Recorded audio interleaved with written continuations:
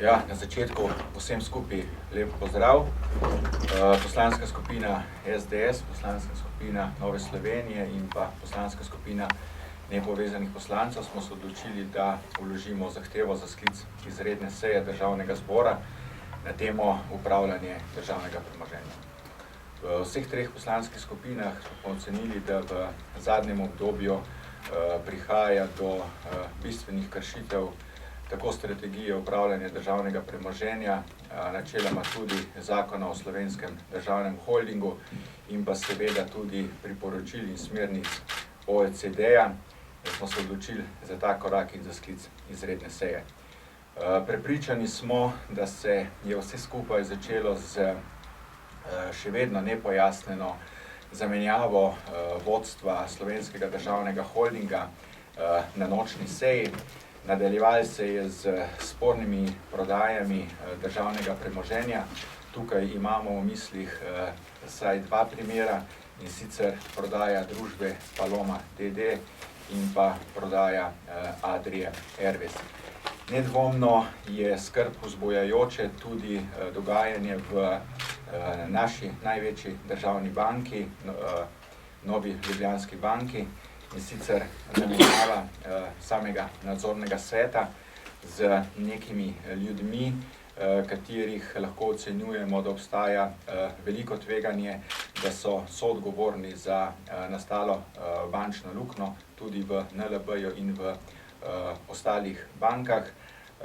Ne vlada, ne SDH nista pojasnila tudi odstopa predsednika uprave Nove Ljubljanske banke, Janka Medje.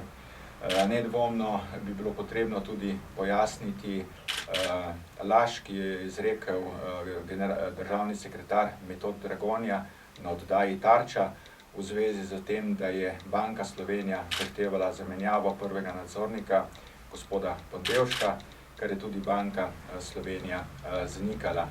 Sporno se nam tudi zdi, oziroma pričakujemo pojasnila strani tako Ministrstva za finance kot Vlade Republike Slovenije, zakaj je država oziroma Republika Slovenija odkupila delež pozavarovalnice od družb Nova Kreditna banka Maribor in pa Pošta Slovenije.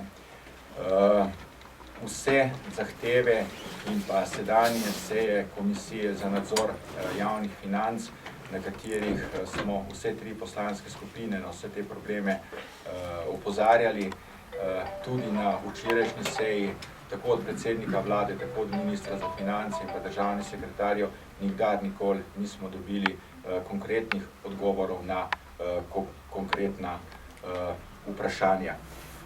Ob temu dodajamo še zelo nepregledno pripojitev Faktor banke in pa Probanke. Prepričani smo, da vsi ti dogodki, ki jih izvaja vlada Mira Cerarja in pa Ministrstvo za finance, so netransparentni in obstaja verjetno veliko tveganje, da je pri nekaterih poslih, ki smo jih tudi omenili, lahko prišlo do oškodovanja, predvsem pa tukaj tudi do oškodovanja davkoplačevalskega denarja.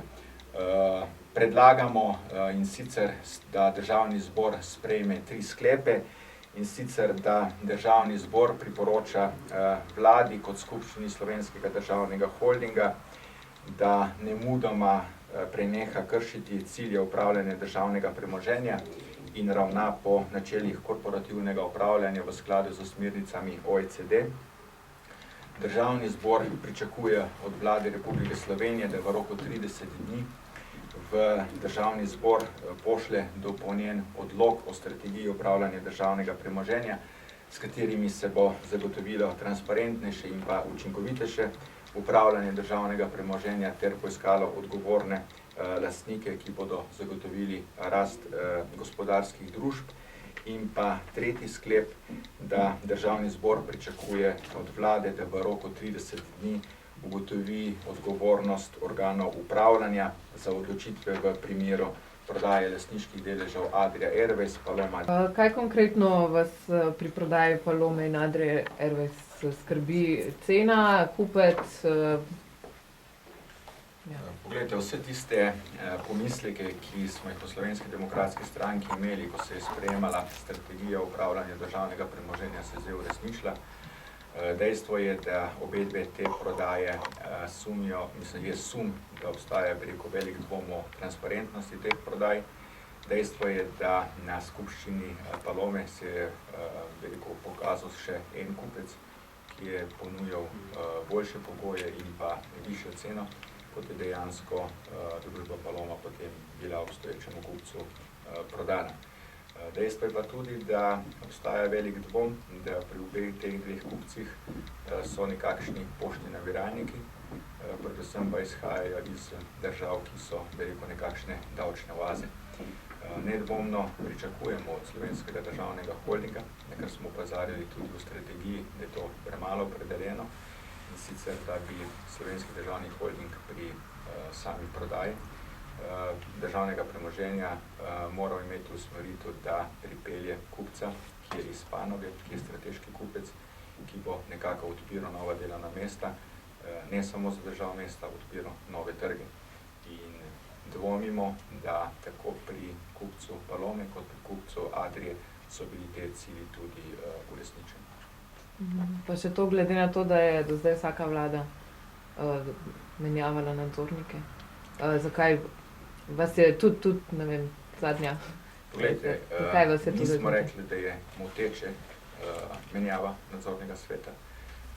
Jaz osebno mislim, da gre tukaj za legitimno pravico vsakega lastnika, da imenuje oziroma razreši nadzorni svet. Bolj kot ne so pa za nas sporna imena, ki so prišla v nadzorni svet. Kajti dejstvo je, da vsi ti ljudje, ki so bili imenovani v nadzorni svet Nove Ljubljanske banke, jih lahko najdemo v zgodovini poslovanja te banke. Predvsem so se ta imena pojavljala kot vodstveni organi v hčerinskih in odvisnih družbah, tako v Švici, tako na področju bivše Jugoslavije. In vemo, da v vseh teh hčerinskih in odvisnih družbah je nastala precejšnja luknja. Nekako tudi tista prva pregled stanja v bankah in prva sanacija je zavzemala samo tako imenovano pregled mame, niso bili pa pregledane odvisne družbe. In tudi po poročilih Banke Slovenije je sedaj največ slabih terjatev, slabih kreditov v Novi Ljubljanski banki izvira iz odvisnih družb, odvisnih in hčerinskih družb iz področja bivše Jugoslavije. In nam se zdi, skrajno neresno, da pa zdaj te ljudi, ki so nekako verjetno tudi odgovorni za nastanek te luknje v hčerinskih in odvisnih družbah, imenujejo v nadzorni svet družbe. In obstaja, eno takšno veliko tveganje, da so bili te ljudje nastavljeni, da seveda določene zadeve za sabo v narekovajih popucajo. Hvala.